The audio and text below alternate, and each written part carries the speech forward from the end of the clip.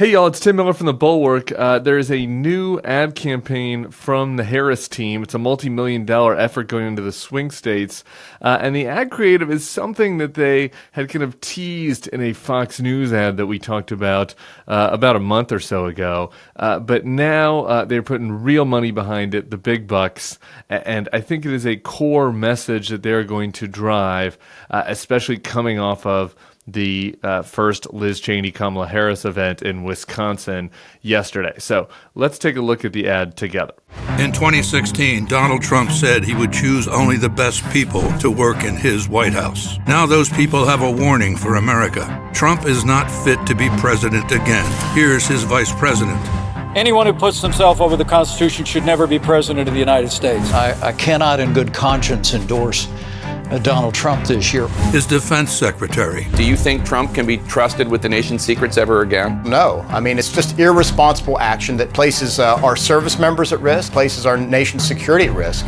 His national security advisor. Donald Trump will cause a lot of damage. The only thing he cares about is Donald Trump. And the nation's former highest-ranking military officer. We don't take an oath to a king or a queen or to a tyrant or a dictator. We don't take an oath to a wannabe dictator. Take it from the people who knew him best. Donald Trump is too big a risk for America. I'm Kamala Harris, and I approve this message. All right, you've got Pence, Esper, Bolton, John Bolton, Mark Milley. Leaving a little bit on the table there. John Mattis has also spoken out against Trump.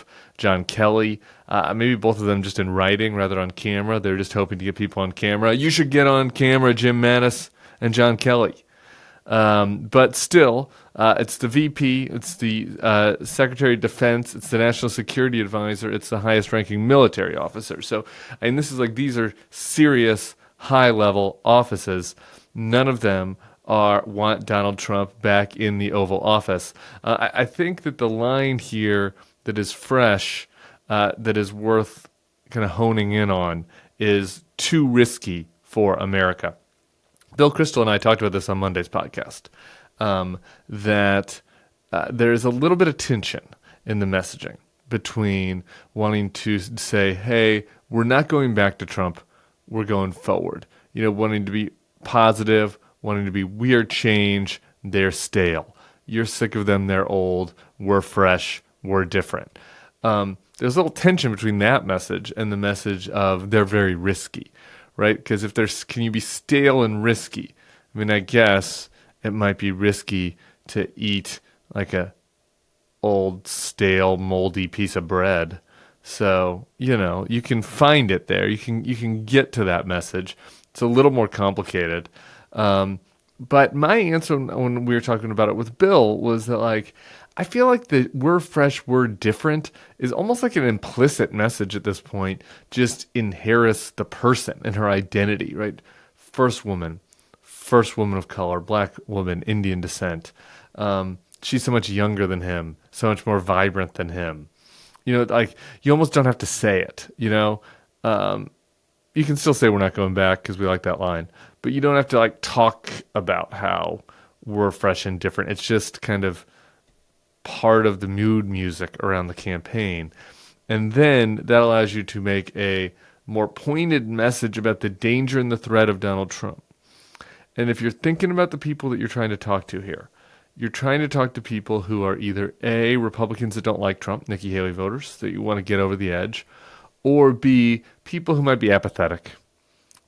Also people who don't really like Trump, but who might be apathetic, might not vote, might not get on board. And there are kind of two schools of thought about how to reach them. It's getting them excited about Kamala Harris or making them fear Donald Trump.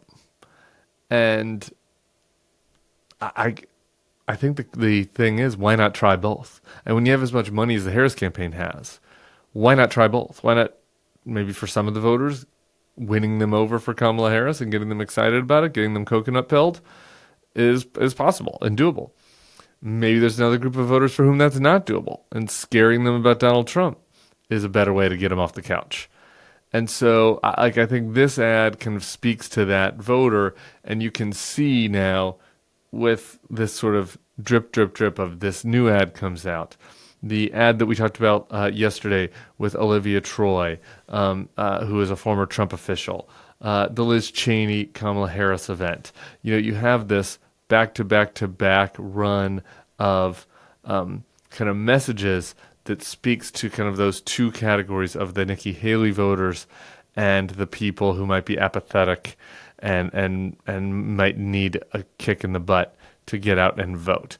And so, or might need to be scared enough of Trump to get out and vote, to be more blunt about it. So I think it's a strong ad. I heard from a pollster buddy of mine who was a little bit sharing some concerns that I've been sharing on this feed about how some of the ads for Harris have been a little bit kind of gauzy and not as pointed as the negative ads that Trump has been running. And so a little more of a punchback here. Like to see that. I think we could escalate even more from here. But I think there's some pretty clear signaling about where the campaign is going over the past 3 days. All right.